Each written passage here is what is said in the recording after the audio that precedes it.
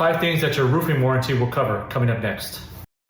Number 1. Materials. This covers the roofing materials used in the project. It ensures that the materials meet certain quality standards and are free from defects. Number 2. Workmanship.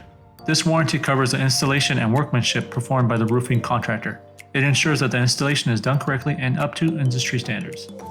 Number 3. Leaks. Many commercial roofing warranties include coverage for leaks.